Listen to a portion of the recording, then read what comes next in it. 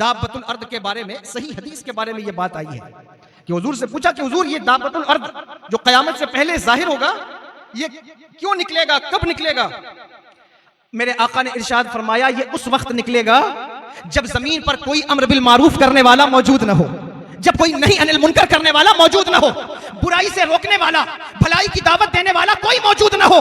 اس وقت ایک جانور زمین پر آئے گا جس کے ہاتھ میں حضرت سلیمان علیہ السلام کی انگوٹھی ہوگی، جس کے ہاتھ میں حضرت موسیٰ علیہ السلام کا عصا ہوگا۔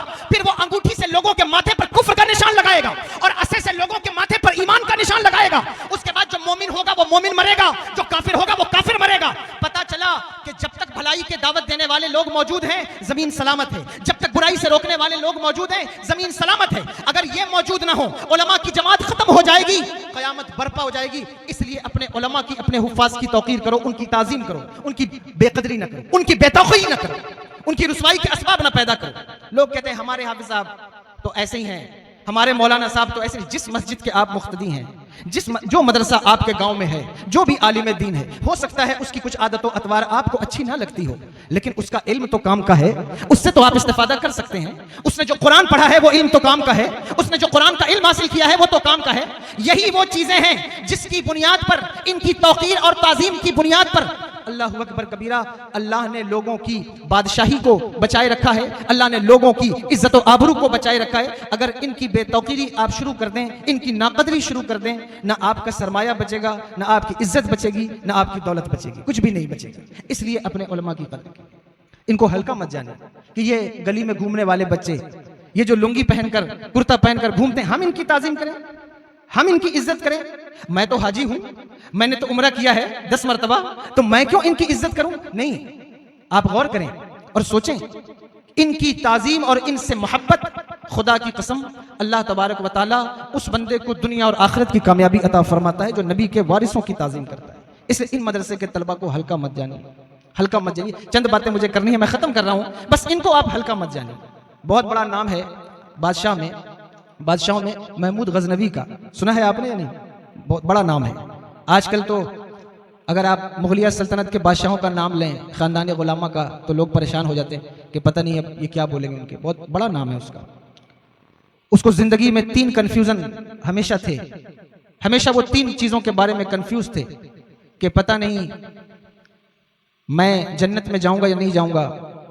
اور یہ جو حدیث پاک ہے العلماء ورثۃ الانبیاء، کہ علماء انبیاء کے وارث ہیں، یہ واقعی یہ حدیث صحیح ہے یا نہیں؟ یہ چٹائی پر بیٹھنے والے، لنگی کرتا پہننے والے، یہ انبیاء کے وارث کیسے ہو سکتے ہیں؟ اور ایک اور کنفیوژن تھا، لوگ اس کو کہتے تو سبکتگین کا بیٹا نہیں ہے، تجھ کو ہائر کیا، تیرے باپ نے گود لیا ہے۔ تو ان کو یہ کنفیوژن تھا کہ میں بیٹا ہوں یا نہیں ہوں ان کا۔ ساری زندگی ان کو یہ خلش تھی۔ ایک دن وہ اپنے محل کی چھت پر ٹہلے تھے، انہوں نے دیکھا کہ ایک بچہ وہ آتا ہے اور قلعے کی روشنی سے کچھ استفادہ کرتا ہے، چلا جاتا ہے۔ تو اتر کر آئے، اس سے پکڑا بچے کو اور کہا کہ تم کیا کر رہے ہو؟ آتے ہو پھر چلے جاتے ہو، اور ہاتھ میں کیا ہے؟ اس نے کہا حضور میں علم حاصل کر رہا ہوں، علم دین حاصل کر رہا ہوں، میرے گھر میں چراغ نہیں ہے، تیل نہیں ہے، اس لیے میں آپ کے قلعے کی روشنی سے استفادہ کر رہا ہوں، یہ پڑھ رہا ہوں۔ انہوں نے اس کی خدمت کی اور اس کے گھر میں تیل پہنچایا، جو بھی چیزیں تھیں وہ انتظام کیا۔ جب وہ آئے اور آ کر کے لیٹے، سوئے، تو قسمت بیدار ہوئی، مصطفیٰ جان رحمت سرور دو عالم صلی اللہ تعالیٰ علیہ وآلہ وسلم کا دیدار نصیب ہوا، حضور کا دیدار نصیب ہوا۔ اور آپ کو معلوم ہے میرے آقا نے ارشاد فرمایا من رآنی فی المنام فقد رآنی، جس نے مجھے خواب میں دیکھا اس نے مجھے ہی دیکھا۔ کیوں؟ فرمایا فإن الشیطان لا یتمثل فی صورتہ، شیطان کی اوقات نہیں ہے کہ وہ خواب میں بھی آ کر میرے مثل ہونے کا دعویٰ کرے۔ یہ حدیث پاک ایک اور اینگل سے میں دیکھتا ہوں تو میں حیران ہوتا ہوں، یا اللہ شیطان کو بھی پتہ ہے کہ نبی کی طرح ہونے کا دعویٰ نہیں کرنا چاہیے۔ یہ کون سے لوگ ہیں، پرانی ہیں، جو نبی کی طرح ہونے کا دعویٰ کرتے ہیں؟ وہ کہتا ہے حضور نے ارشاد فرمایا کہ جس نے مجھے خواب میں دیکھا مجھے ہی دیکھا۔ اس لیے تمنا بھی کیا کرو کہ حضور کو کاش ہمیں بھی دیدار نصیب ہو جائے، یہ تمنا کیا کیجیے، دل میں ارادہ رکھیے۔ اگر ایک ارادہ آپ کے دل میں پیدا ہو جائے نا، تو وہ یہ نہیں دیکھتے کہ جس نے ارادہ کیا ہے وہ عالم ہے، فاضل ہے، وہ کتنے بڑے خاندان کا ہے، وہ یہ دیکھتے اس کا عشق سچا ہے یا نہیں سچا ہے۔ اور اگر عشق سچا ہے تو خدا کی قسم آتا ہے غریبوں پہ انہیں پیار کچھ ایسا، خود بھیگ دے اور خود کہے منگتے کا بھلا ہو، وہ کبھی مایوس نہیں کرتا۔ سرکار میں نہ لا ہے نہ حاجت اگر کی ہے، ارادہ سچا رکھو، قسمت بیدار ہو۔ ارادہ سچا،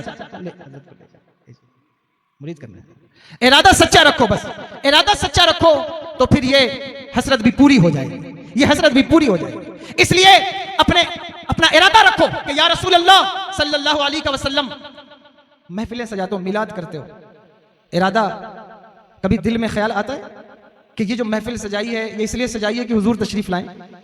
اس ارادے کے ساتھ محفل منعقد کریں۔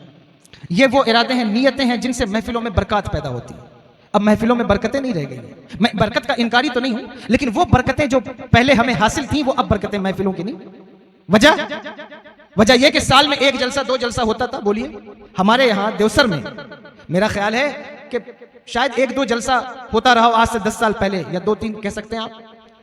ایک عرس خلیقی کا امام محمد رضا کانفرنس کا جلسہ اور کچھ جلسے ہوتے تھے، کھوبا میں بھی جلسہ ہوتا تھا، لیکن اتنے جلسے نہیں ہوتے جتنے اب ہو رہے ہیں۔ اتنے جلسے نہیں تھے، نہ اتنے خطیب میسر تھے، نہ اتنے شورا میسر تھے۔ اب تو صبح بھی جلسہ ہے، دوپہر شام بھی جلسہ ہے، اور یہاں نہیں ہے کسی اور شہر میں ہے تو لوگ یہاں سے چلے جاتے ہیں، جلسہ سنتے ہیں۔ لیکن کیا وجہ ہے کہ پہلے جلسے کم تھے لیکن جلسوں کی برکات زیادہ تھی، اب جلسے زیادہ ہیں لیکن برکتیں نظر نہیں آتی۔ جو 1000 جلسہ سننے والا بھی اگر نماز نہ پڑھے تو بتاؤ جلسوں کی برکتوں کے بارے میں کیا خیال ہے؟ 1000 جلسہ سننے والا بھی اگر اللہ اکبر کبیرہ داڑھی رکھنے کی طرف متوجہ نہ ہوا، اگر برائی کو چھوڑنے کا عادی نہ بنا، 1000 جلسوں میں بیٹھنے کی بعد بھی اگر علماء کی عزت و توقیر کا حق نہیں ادا کر پا رہا ہے، تو پھر غور کرنا ہوگا کہ اسے جلسے کی برکات مل رہی ہیں یا نہیں مل رہی ہیں، مل رہی ہیں یا نہیں مل رہی ہیں۔ میں جلسوں کی برکتوں کا منکر نہیں ہوں، میں یہ کہنا چاہتا ہوں کہ نیتوں کو درست کرنا ہوگا، نیتوں کو صحیح کرنا ہوگا۔ جب جلسہ کرو یہ سوچ کر نہ کرو کہ حضرت آئیں گے، میں نے حضرت کے لیے جلسہ کیا۔ بلا شبہ جو ہمارے بزرگ ہیں، سادات ہیں، خطیب ہیں، آپ ان کو بلاتے ہیں، ہم ان کو بلاتے ہیں، ارادہ ہوتا ہے کہ کسی طرح حضرت تشریف لے آئے، کسی طرح حضرت کی حاضری ہو جائے، لیکن اصل حاضری اور اصلی شرکت کی جو نیت ہے وہ کیا ہونی چاہیے کہ یا رسول اللہ سنا ہے آپ ہر عاشق کے گھر تشریف لاتے ہیں، میرے گھر میں بھی ہو جائے چراغاں یا رسول اللہ۔ یہ ارادہ ہو تو پھر دیکھو مجلس کی برکات کیا ہوتی ہے، کیا نتیجے نے۔ حضرت جناب محمود غزنوی نے خواب میں دیکھا اور حضور نے ایک جملے میں ان کا سارا کنفیوژن دور فرمایا۔ کہا محمود تم نے میرے وارث کی مدد کی، اے سبکتگین کے بیٹے تو نے میرے وارث کی مدد کی، سو اللہ نے تجھے جنت عطا فرمائی۔ تینوں کنفیوژن ایک جملے میں دور۔ میں نے سار تیرے کلام پر ملی یوں تو کس کو زبان نہیں، وہ سخن ہے جس میں سخن نہ ہو، وہ بیان ہے جس کا بیان۔ تو اگر آپ طلبہ کی مدد کرتے ہیں، ان کی خدمت کرتے ہیں، ان کو اچھی نگاہ سے دیکھتے ہیں، اس کا نتیجہ آپ کو بھی ملے گا، آپ کی نسلوں کو بھی ملے گا۔ میرے آقا نے ارشاد فرمایا صبح اس عالم میں کرو کہ تم عالم ہو، عالم نہیں ہو سکتے تو کم سے کم طالب علم ہو، وہ نہیں ہو سکتے تو علماء کی صحبت اختیار کرنے والے ہو، وہ نہیں ہو سکتے تو علماء سے محبت کرنے والے۔ فرمایا ولا تکون الخامس، اور 5واں مت بنو، علماء کی چغلی کرنے والے، علماء کو نیچا دکھانے والے، علماء سے لڑائی کرنے والے، ان سے فساد کرنے والے، یہ نہ ہونا۔ خدا کے لیے اپنے حفاظ کی، علماء کی محبت رکھیے، ان کی عزت کیجیے، اور جو حفاظ ہیں، علماء ہیں ہمارے علاقے کے، ان سے بھی گزارش کروں گا ادب کے ساتھ کہ عوام کی ہر روش کو قبول نہیں کیا جاتا ہے۔ عوام کو چاہیے، علماء کو چاہیے کہ وہ عوام کی ہر غلط بات پر ان کی اصلاح کریں، خواہ عوام کو اچھا لگے یا برا لگے، لیکن وہ قاعدہ اپنے ذہن میں ہو، ادعو الی سبیل ربک بالحکمت والموعظۃ الحسنہ۔ اس قاعدے کو اپنے ذہن میں رکھتے ہوئے عوام کی اصلاح کرنا ضروری ہے۔ پہلے ہم اپنی اصلاح کریں، پھر ہم عوام کی اصلاح کریں۔ اگر کوئی غلط نقطہ نظر، کوئی غلط طریقہ کار ہماری عوام میں پیدا ہو تو یہ ہماری ذمہ داری ہے کہ ہم اس کی اصلاح کریں، خواہ وہ کسی کو ناگوار گزرے یا کسی کو اچھا لگے، لیکن ہمیں کرنی ہے شہنشاہ بطحا کی رضا جوئی۔ وہ جو اپنے ہو گئے تو رحمت پروردگار اپنی۔ یہ چند